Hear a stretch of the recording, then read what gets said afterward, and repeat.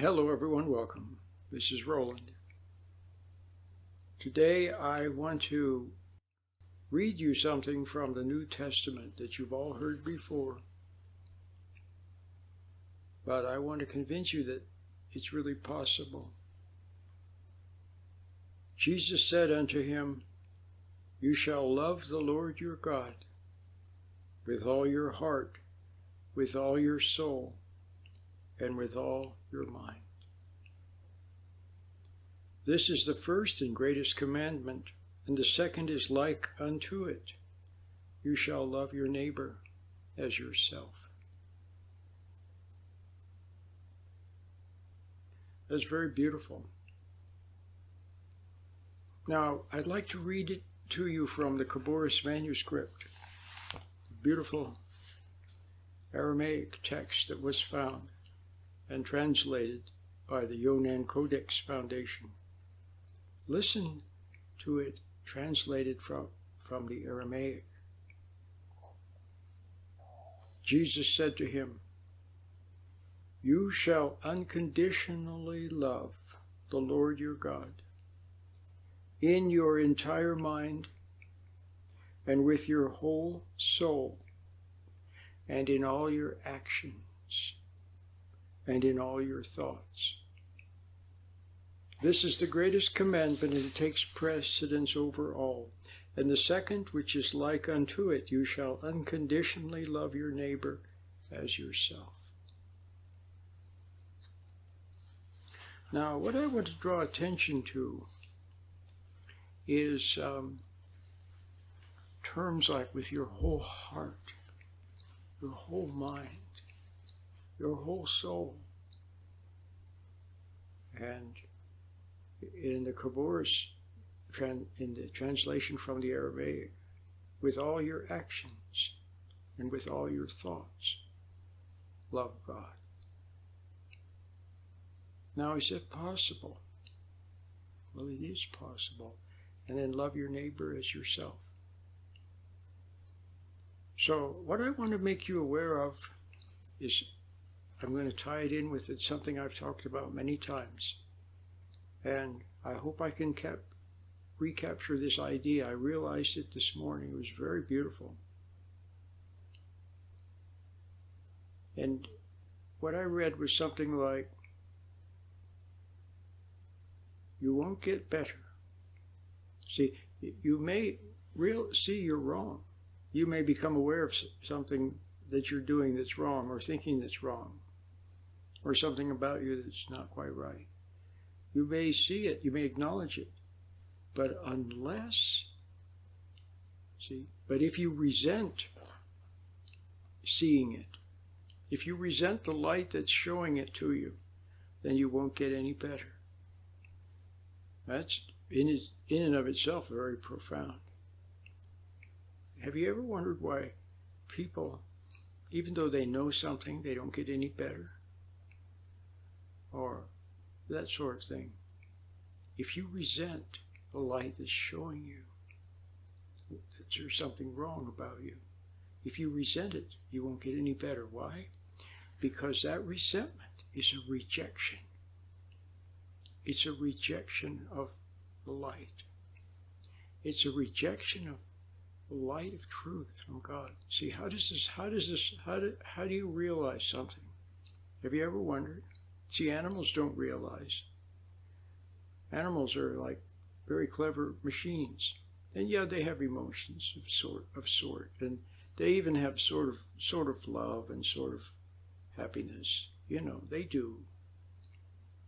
But they do not have a soul like a human does, and they can't realize.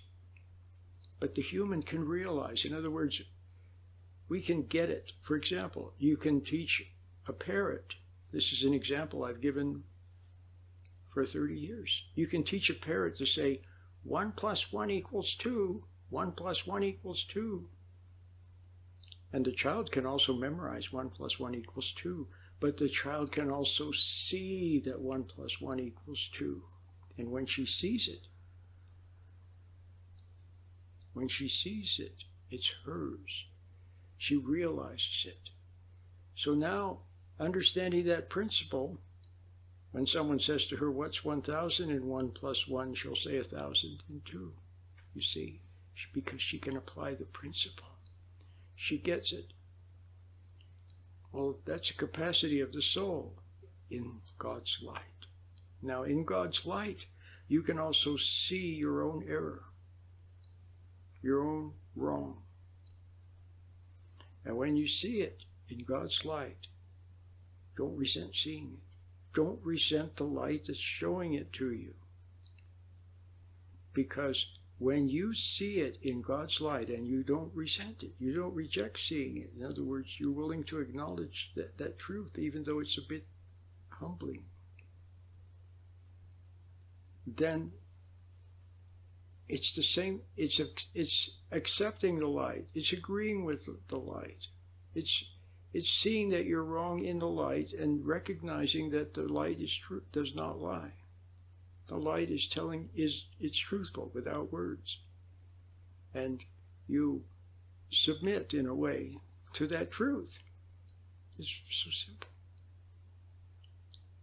And so that truth then can operate through you and shine through you and flow through you and enters your being and penetrates. See? Penetrates. You get it? So you don't want to resent the light that's showing you your own wrong. Now when you realize in God's light, it allows you to realize that this truth is from God. And you love that truth. See, you love the truth even though it shows you to be wrong. See, like a good mathematician loves the truth. He loves math, or she loves math. And if he or she sees that they're making an error, they don't mind seeing it. They're glad to see it because they love that mathematical truth, you see? So when you realize that God is showing you you're wrong, not because he's mean, but because he just wants you to see you're wrong so you can stop doing it, then you're acknowledging him and his truth and his love and his patience. See? And in the light of his patience and his truth and his love, you see your own impatience. You see your own resentment. You see your own foolishness. And it's very humbling. But if you permit yourself to be humbled without resenting it, and just bear the little bit of pain of that, then you become once again conformed to him and his way. See? And you welcome him in your life instead of rejecting him, rejecting the truth. So you can be the truth. And so you can be greater than the truth. See, that's what we do. We reject the truth. And we make excuses and rationale. And we deny. See? So that we can appear, so we can fool ourselves into thinking that we're right or good or something. So, once you accept that truth, see, then not only do you're accepting your will, you're accepting it with your will, and you're sitting quietly for it, taking your medicine, so to speak. Well, now your body is conforming to it. Your mind is conforming to it. Your will is conforming to it. Your soul is conforming to it. See? And then your actions. You're sitting quietly for it and acknowledging it. Maybe crying a little sob when you see something that you've been doing wrong, like you've been resentful. You've been impatient with your kids.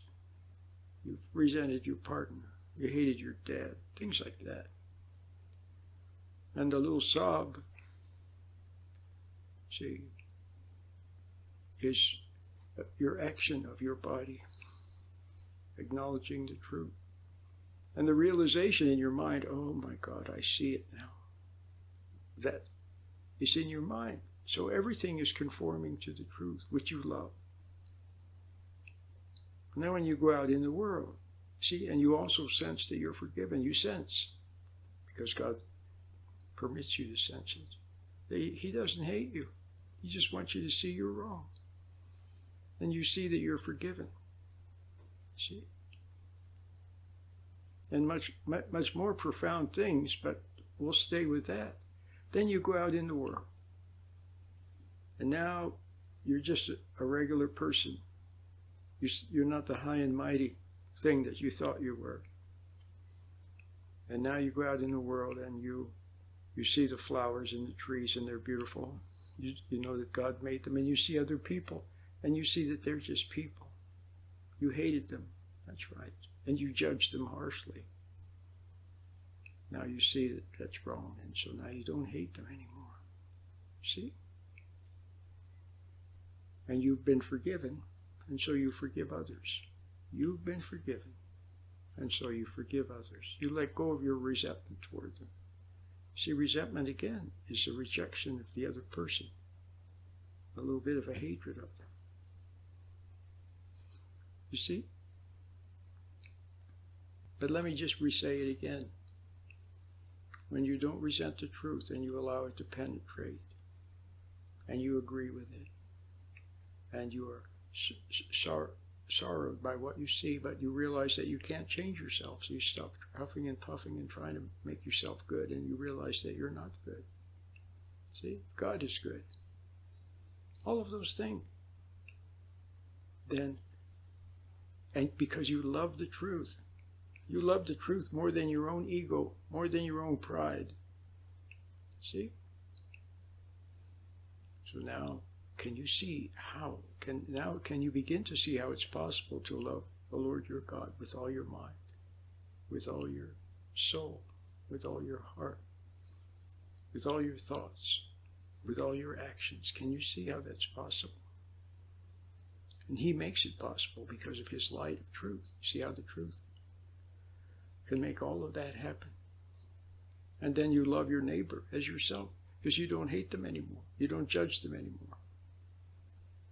See? You don't want to do anything to them anymore. You don't want to change them or try to make them good or try to do something to them or try to get them to see you as wonderful. See how phony that is? See what a harm you're doing to another person when you try to get them to see you as good when actually you're not. You're messing with their mind, with their perception. Now you don't want to mess with people anymore. See, you don't want anything from them. Everything you get is from God anyway. So you don't want anything from them and you don't want to do anything to them. So now you can love them. See? Love them by not hating them. Love them by not using them. So, all of that. But I want you to see the other thing about resentment is that resentment cuts you off from that inner light. It cuts you off from God. And when you are cut off from him, then the good no longer flows through from him. And now you're empty. And now all you can do is compensate for what you lost. You lost true love, true wisdom, true understanding, true joy, true compassion. You lost all of those. And now all you can do is compensate. And you also lost love energy with which to move. So without love energy from God, through that connection with him, remember, resentment cuts you off. And you have no energy. So you have to dredge something up. You have to become angry. You have to become even more resentful. You have to get excited. See? Or you have to take stimulants or drugs or something. Or you need a pressure on the outside, a deadline to function. See? And then you use up your life force in having to dredge up that energy in order to act. So a lot of bad things resentment does. See? So you've got to watch out for that resentment. Watch for it and let it pass. You can actually see it and let it pass. In God's light, you can see it and let it pass. In other words, don't indulge it.